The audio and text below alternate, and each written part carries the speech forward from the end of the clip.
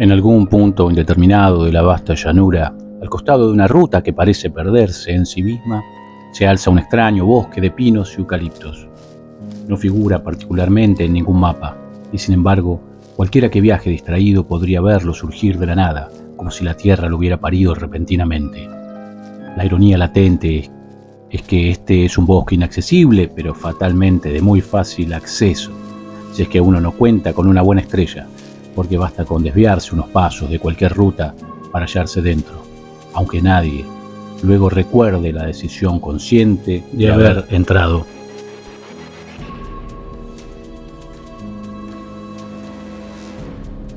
Más allá de los claros del bosque que convidan a los infortunados a seguir caminando lentamente, los pinos altos y rígidos se alinean como centinelas, formando pasillos estrechos que parecen invitar hacia una misma y única dirección. Los eucaliptos, con sus ramas largas y hojas que susurran, se inclinan furtivamente sobre los caminantes, como si quisieran escuchar sus pensamientos o robarles el aliento.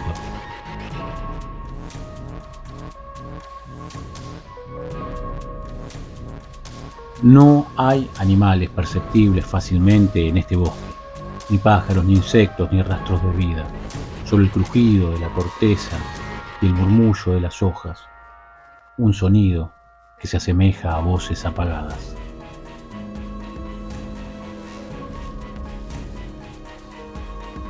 Los desdichados que entran sienten pronto que son observados, perseguidos por miradas invisibles que provienen de los troncos mismos, de la propia eternidad.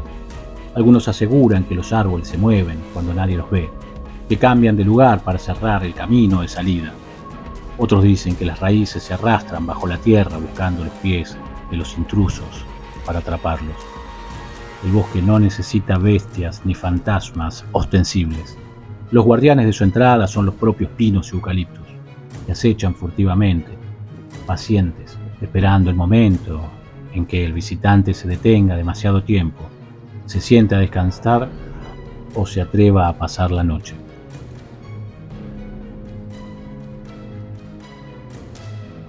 Quienes entran rara vez regresan, y si lo hacen, nunca volverán a ser los mismos. Sus miradas quedarán perdidas, como si aún escucharan el susurro de las hojas que alguna vez los acecharon. En su corazón late una pequeña laguna oscura y quieta, rodeada de raíces retorcidas que parecen manos crispadas. Los antiguos indios la conocían y le temían. Hablaban de espíritus que dormían bajo sus aguas y entidades que solo cedían al sol del día y que despertaban con la caída de la noche para reclamar lo que por derecho les pertenecía. Los primeros registros de este bosque siniestro provienen de los pueblos originarios que habitaron la llanura. En relatos transmitidos oralmente, los ancianos advertían sobre un bosque de pinos y eucaliptos que no debía ser penetrado al caer la noche. Algunos lo llamaban Yacuipiré, que en su lengua significaba el lugar donde los espíritus reposan. Según ellos, la laguna en el centro del bosque era un portal hacia el mundo de los muertos, y las aguas reflejaban no el presente, sino lo que estaba por suceder o podría suceder.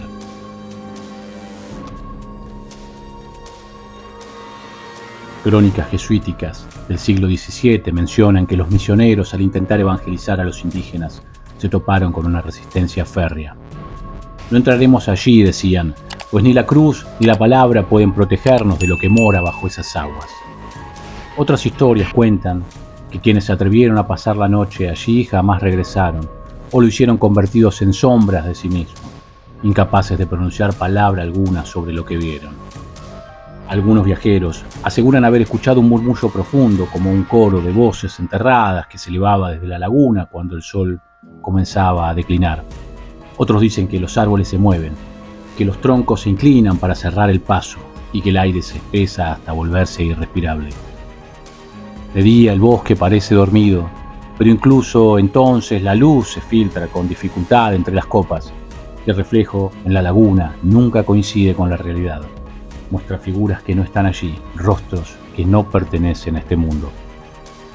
Otros pueblos originarios lo llamaban el silencio que devora, porque afirmaban que el bosque no solo atrapaba a los hombres, sino también sus recuerdos, borrando toda huella de su existencia.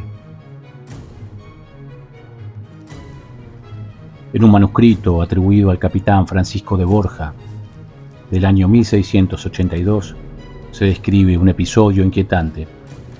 Este relato, conservado en copias dispersas, fue considerado apócrifo durante siglos, aunque varios viajeros posteriores refirieron experiencias similares. Y este manuscrito decía lo siguiente: hallamos un bosque al costado del camino y en su centro una laguna negra. Al acercarnos, los caballos se negaron a avanzar, relinchando con furia. Uno de los soldados, incrédulos, se internó y no volvió a ser visto jamás. Juraría que los árboles se cerraron tras él, como si fuesen muros vivos.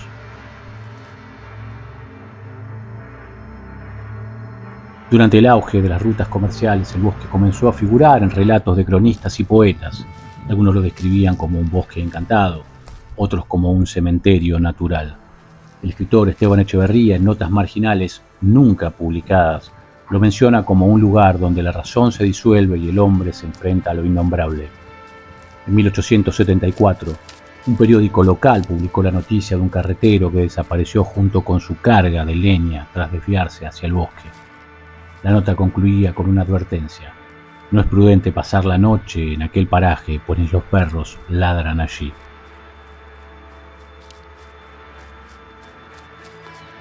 Ya en el siglo XX, camioneros y viajeros ocasionales comenzaron a difundir historias de luces extrañas y voces apagadas que emergían de la laguna. Algunos aseguraban que el bosque repentinamente aparecía y desaparecía según la hora del día, como si no existiera en todos los mapas ni en todos los momentos. Un informe policial de 1962, archivado sin mayor explicación, registra la desaparición de 2 jóvenes que acampaban junto a la laguna. El documento concluye con una frase enigmática: se recomienda no ingresar al bosque después del ocaso, pues no responde a las leyes naturales. Al parecer, quien lo encuentra por azar, quien se atreva a cruzar sus límites, siente de inmediato que no debería estar allí. Es un lugar que no admite testigos, un espacio que pertenece a otro tiempo, a otra dimensión. Y aunque la ruta siga su curso indiferente, el bosque espera paciente a que algún curioso se detenga. Porque lo más aterrador no es lo que se ve, sino lo que se intuye.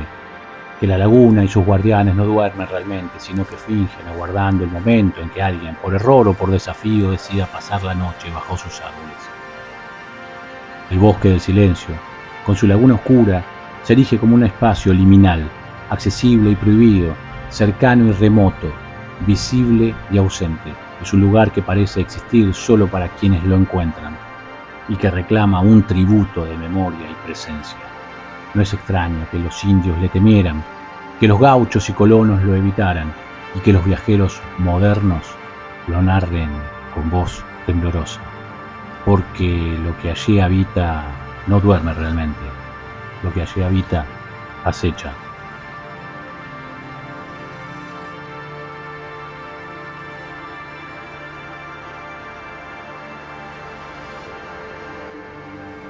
Muy bien, queridos amigos, hasta acá llega este relato y espero que les haya gustado. En esta historia me secundaron los valientes Augusto y Lisandro, y debo reconocer también que, aprovechando la claridad del día y los buenos vientos, logramos salir con bien de esta pequeña aventura. Así que entonces nos vemos en la próxima oportunidad. Y ya saben, cuiden muy bien dónde posan sus pasos, no sea que se pierdan en la laguna del silencio.